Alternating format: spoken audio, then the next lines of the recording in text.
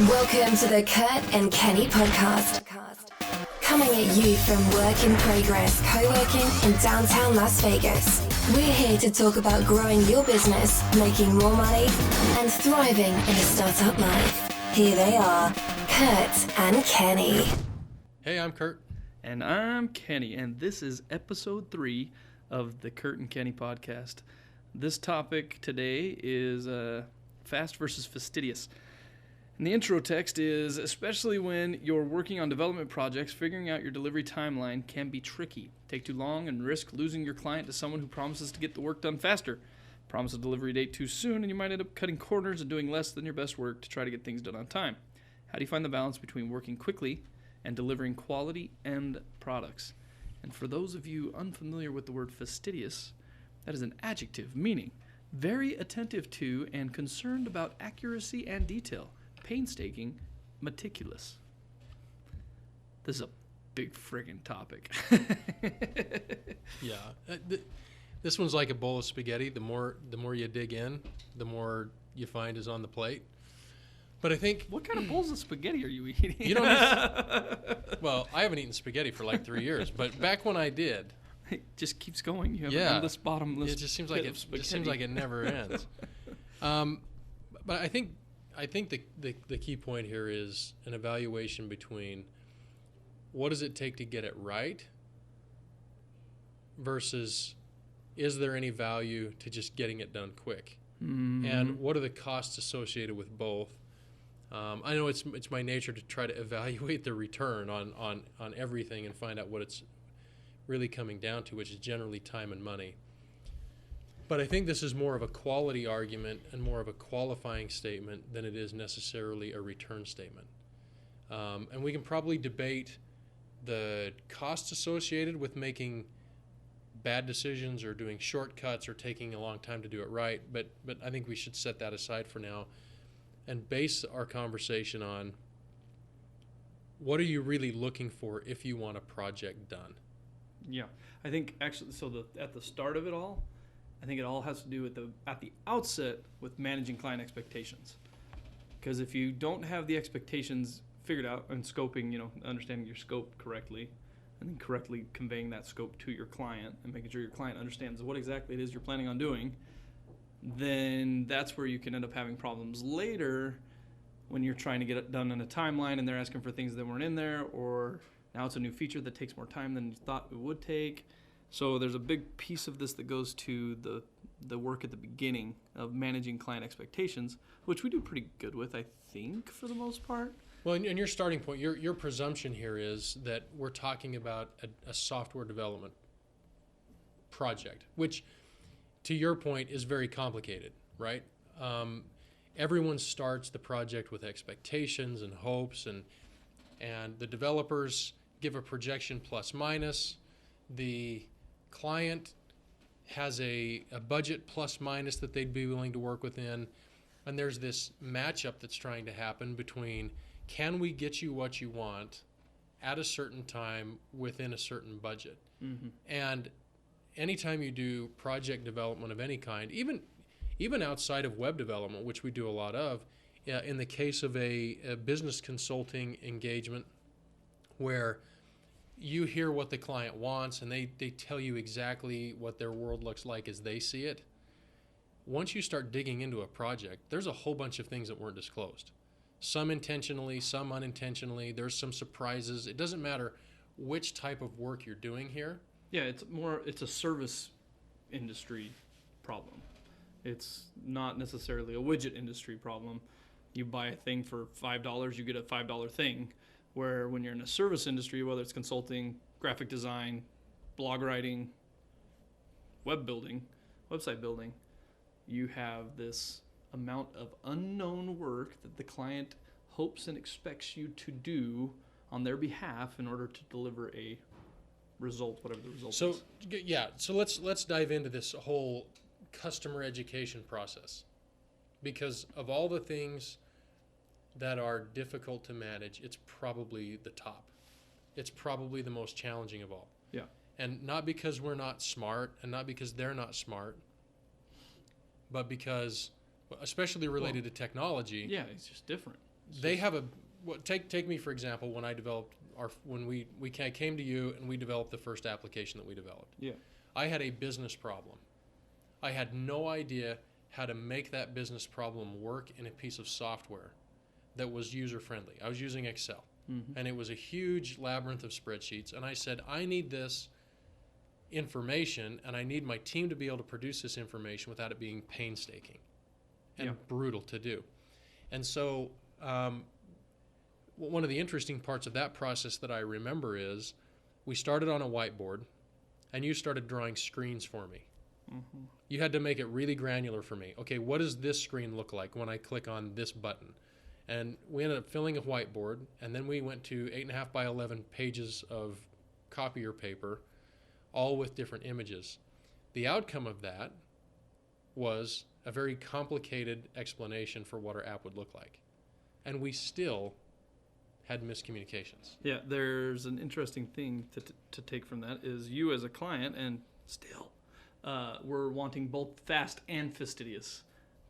And sometimes you don't get them both. If you want to be overly fastidious and get every little piece done perfectly and correctly and to the fullest extent possible, lots of times that comes at the expense, of getting something done quickly. And that's what happened in IC. We ended up spending so much time on this build out process. We lost the ability to deliver because we had so many cool things. I mean, I was just as excited as anybody when we were scoping out what we were going to build, all the possibilities. I definitely understood the business need. And so, my mind starts spinning when that happens. And we came up with this really cool, exhaustive list of all the things we ever wanted to come up with. And all of a sudden, timelines were out the window because we had years of work ahead of us. So I actually think you highlight a point that is maybe not exactly true about me, but I think is often true about our clients. That's and what that I is meant fast. So. Yes, that's right? what I meant more. I wanted a definition of a timeline.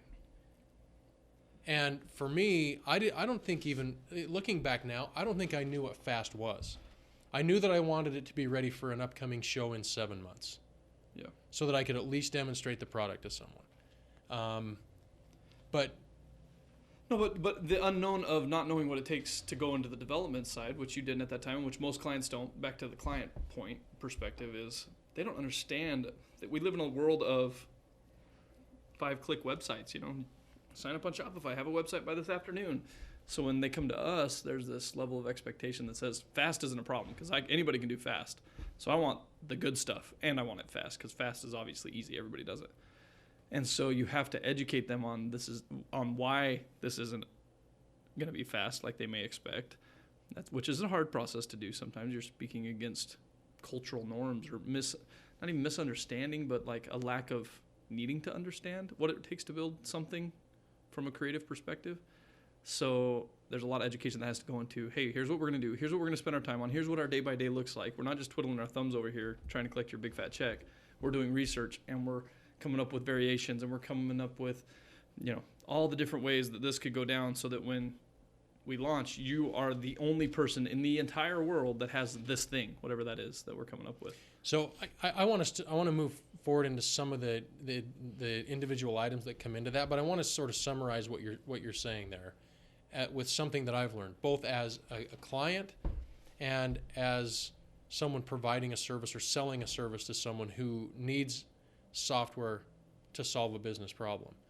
And I think that in the vast majority of cases, people want both. Yeah.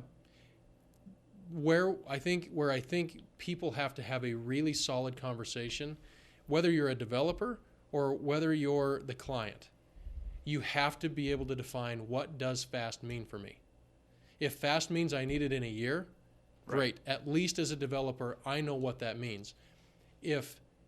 And then it gives me the opportunity as a developer to say, what do you need versus what do you want? What are you willing to absolutely do without, and what are you absolutely requiring to be done? And if you can define those things, then you can set timelines. Yeah. That are pretty close to being able to be accomplished. And you know what one last point on that point. The icing on the cake, the thing that makes everything, even if you miss timelines, okay, is the one thing we strive to have around here and it's become our little motto, is that we strive to be the number one customer service agency in the customer support company in the world that also provides strategic marketing. So if you are communicating with your client and constantly keeping them up to date on the things that you're working on, not letting weeks go by at a time before reaching out to them, then timelines don't even matter as much because they know that you're working on their behalf. Yes, timelines still matter. You gotta try to abide by those. But heaven forbid you miss one. They're going to be much more understanding if they've had 10 emails leading up to that deadline that make it seem like they might not make it anymore, as opposed to an email the day after that says, "Oh crap, the timeline came and left and I messed up." That's going to piss them off real quick. Yeah, and that's the same thing that's true in getting the tires changed on your car. Right, for every industry. Uh-huh. If your car's back in the shop for 3 hours and you came in for a 20-minute oil change, yep. You're going to be asking yourself, what have they screwed up on my project? And if no one comes and communicates with you for 2.5 hours, you're eventually going to be dissatisfied. There's no way to start avoid getting that. Upset and saying, "Where's my car? Come on, let's go." So we started this, and maybe we're rambling a little bit now, but we started this by asking the question, like, what do you really want? Do you want it to be meticulous and accurate and painstaking and detailed, or do you want it fast? Well, if they want it fast, it can be done fast.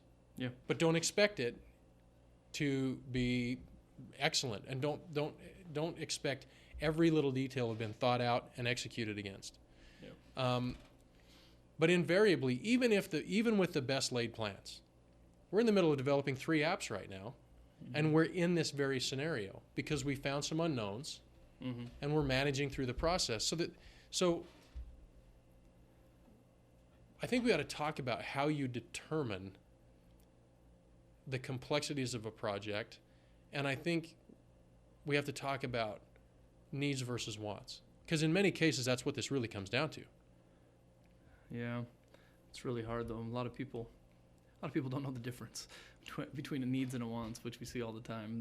You can eventually pin them on it, but when it comes down to the last thing, having that icon look a certain way was a want at the beginning, and now it has to be that way at the end. So that's all about managing expectations. So hopefully you're defining those early on in the process, and then you're abiding by them. And I have a problem where I get excited about projects just as much as clients lots of times. So I scope creep myself and have to reel myself back in. So even keeping yourself in check to not go against your own scope, because that's the worst, because then you have no excuse. You have no way to get out of it. But you said it could do that. Son of a gun, dang it. All right. So making sure you're following whatever the scope is that you set out initially, and abiding by it as much as possible, along with keeping in constant communication, are big things. And another thought is, is there a place? That's what I want to say, for shortcutting. Say you're going to miss a deadline. Say you got Friday delivery, and even if you stayed up the next 72 hours without sleeping, there's just no way you're getting that thing done to the fullest extent of the scope. Now, is there a time or a place where you could maybe sacrifice a little bit of the quality and still meet your deliverable? That all depends on the stage of the project. Yeah. Because you have to. So in the development, for those of you who may be new to development, that this is a new concept to you. There's a term called MVP, and that is not Michael Jordan. That is not the most valuable player. It's minimum viable product. And at the MVP stage, one of the biggest mistakes we see people make when they come to us, even ourselves, is they think the minimum viable product is the perfect product. Well, that's not, number one, that's not necessarily true. And it's not necessarily true for 2 reasons. If your goal is to create something that you can attract money for so that you can build the optimal thing, sometimes just a simple demo, a simple prototype in a tool like InVision app that basically demonstrates what it's going to look like without any actual development going on is enough to attract investors. Right. In the case where you want to put this in the hands of some alpha testers, you have to do some development. So that minimum viable product is what you have to define early on. What is the very minimum standard we can reach in order to put something out there? From there, then you can define the full list of things and develop that in sprints, which can be as small as 1 item or as full as 25 items. That all depends on your budget, it depends on your timing, and it depends on your expectations. Yeah. See, I'm one of those that are So my answer to that question, could you shortcut and deliver less quality? I'm so friggin' OCD on a lot of things, and shortcutting drives me insane. And so I'm one that would rather, unless there's some reason why there's just no absolute possibility that we could go past that deadline, client's flying to an investor that day or something crazy that they have to have it on. There's any way a timeline can be bumped back, I'd rather spend the extra 2 days or whatever it is, week, to get it done the right way the first time.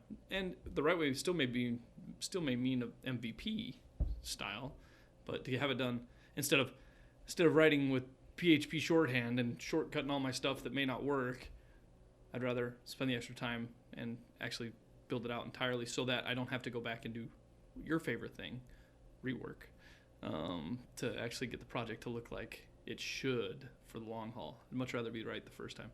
And, in the perfect scenario, you got Fast and Fastidious. I mean, when you're building portfolio websites or when you're delivering a blog post or whatever the service might be, you've created templates and ways to work quickly because you've done the thing a million times, so hopefully you can reproduce it in a way that speeds up the process so that you can deliver and still provide that quality that your customer expects. But lots of times one comes at the expense of another. But they don't always have to. Right. If expectations are accurate, they don't have to. Right.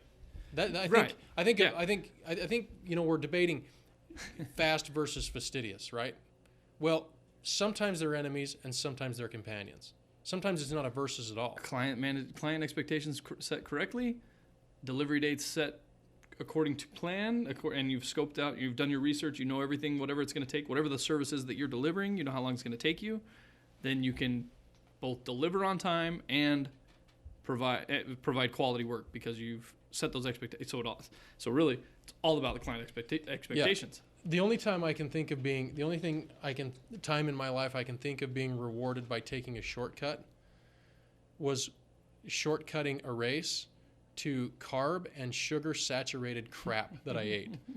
When I think about the things that matter in life, whether it's doing an extra sprint or not cutting a corner in a workout, that's the kind of stuff that rewarded me in the long run. Mm-hmm. It gave me better endurance when I was competing athletically.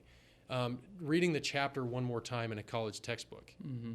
It would have been easier to cheat off of someone's test, but I can do business now. Mm-hmm. And I know guys that don't do business now that I was in school with because they relied on the group to do the work for them. So, and then eventually their employers fall in love with rework, right? Yeah, right. So I think I don't know that I don't know. Yeah, I don't know. For the record, we hate rework. Yeah, it's such a we hate rework because rework is a times 2 plus 2. Yeah, it already cost you once. Now you're spending it again, and probably at a higher expense than you would have had you done it right the first time. Yeah. Mm-hmm. So let's talk about, are there scenarios, or maybe talk about a specific scenario where you can shorten the timeline and improve quality? Well, back to client expectations. If you can set your expectations a little further out than you might anticipate it taking you and still have a satisfied client, that's one way to, maybe you think it'll take you 10 days to do a thing, but the client will be comfortable if it takes you 15. And so you go for the 15, they accept the 15-day proposal, and now you come back and you finish it in 10. I don't think that's cheating the system at all. That is providing yourself a buffer, which is often done, to allow for scope changes, essentially, or unknowns. Unknowns is what it is. So you didn't necessarily shortcut the process in your mind. You shortcutted it in the client's mind, which is a win for everybody. Probably not the exact scenario you were talking about here, but still, I think, valid. Well, but the question is shorten timelines. To my mind, there's only one way to shorten timelines. Remove more resources or fewer deliverables. Yeah, right. So, which means more money or, if you want it done faster, then pay more money and we'll apply more resources. If you want it done faster, then pay the same thing and take out some of those things so we can apply more resources onto the few remaining things that are left and get those done quicker. So I know how you love my parables. So I'm gonna give the audience a parable. Dear. So is you're this as good as your spaghetti one we came right out of the gate with? That was really good though. That was really good. All right. So you're a laundry business, and you need to produce more batches of laundry per day in order to make your number. And you have two options. You can buy a new washer and give you one extra washer, or you can buy one extra dryer. Which of those are you going to buy? Well, I have a million questions like, how fast does the dryer dry and how fast does the washer wash? And does the washer wash as fast as the dryer, or does the dryer take 2 times as long as the washing machine, which lots do? If the dryer takes 2 times as long as the washing machine, I'd get a second dryer, so that I can keep cycling through the washing machine and keep a dryer occupied at all times. It always depends, right? Now, back in the day, back in my day, like in college, when washers only did one thing and dryers only did one thing, the answer was simple: buy an extra dryer. Right. Because drying time was about 60 minutes and washing time was about 25 minutes. Right. But man, that was a long time ago. How old are you? yeah, right. Not nearly. Not nearly as old as you are inexperienced. But again, I think that highlights a really cool part of the business world that we live in today. And that is that there are all kinds of options available to streamline work processes. Mm-hmm. And so, again, maybe you don't have to make a choice between fast and fastidious. Maybe what you're saying is, what inputs do I have at my disposal to give me what I want? And in no time ever before, we have resources and intelligence and experience and training. Just the world of open source technology gives us access to both in ways that we've never seen before.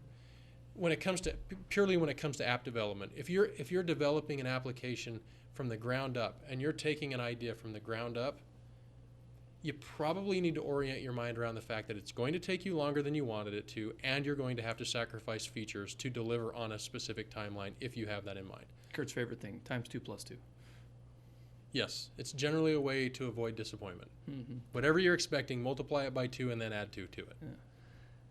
So, in my mind, kind of in summary, I guess, everything's about client expectations. And how do you set up client expectations? You have a correct handle on your available resources. You know who and what is at your disposal at the time of selling said service to client. Also, you have a fairly accurate grasp on the requirements of the project, the scope of the project. Granted, 99% of creative projects are, how do you convey art essentially with words, but you have to be able to come up with a pretty accurate scope that you feel was accurate enough to commit to a timeline on, and then set your client's expectations, maybe add a buffer in there so that you have a possibility of coming in early if everything goes according to plan, or at least on time if you have some additions. But between those few things, if you can have a grasp on those things inside of your business, then you can properly set client expectations, and then you can correctly deliver both fast and fastidious. So the end. Oh, that was a great closing line, wasn't it? No. That was awesome. I just want to bring life really briefly to the statement that you just said there, and give an example of what it is you're talking about. And that is, as the relationship evolves from the very first interaction to the very last interaction with a client. If I have a project that I need someone to do for me, I need to be willing to put in the personal communication work to make sure that they understand. Mm-hmm. And I need to be willing to do it over and over and over again until it's understood. Or until I realize the person across the table from me is just dumb. Mm-hmm. If they're just dumber than a bag of hammers, then I need to move on. Mm-hmm. But I need to be willing to over-communicate myself multiple times. Yeah. Or else I need to be willing to accept the fact that I'm likely to be disappointed. If I'm on the provider side of the service relationship, I have to be willing to put in the time to do the things that other people won't do, which means, number one, I can't be arrogant. I can't assume that I know better than you and I already know what you want, which means I have to ask more questions more frequently, and I have to reiterate and restate those questions more accurately. Don't speak in acronyms, because people not in your industry don't understand you when you do. And it doesn't mean they're stupid people. No. It means that They are not in the weeds if every I'm day a with the Greek stuff you're trying to doing. talk to a Russian, I'm just not going. We're going to have a language barrier. So be willing to accept that both parties have a language barrier. Yeah. We have a skill barrier, and be willing to put in the extra time and the extra work. I think when there's a lot of instances where we've really succeeded greatly, and there's a few where we have underachieved, and I think when we look back on those, if we were to really get down to the root of the problem, it was under communication with the client. Either we didn't ask enough questions at the beginning, or we didn't give them enough answers along the way. Mm-hmm. But if you want to have success, if you've gone through projects and you're blaming your service provider, we ought to look in the mirror first. And if you're the service provider and you're frustrated with your client, then you better look in the mirror first. Mm-hmm. And you have to ask yourself if you're doing enough to be a great partner in that relationship, whatever that relationship is. Because most problems in life, whether they're technical or personal, can be solved by better communication and more frequent communication. And that's a wrap. Kurt and Kenny Podcast. Later. Peace.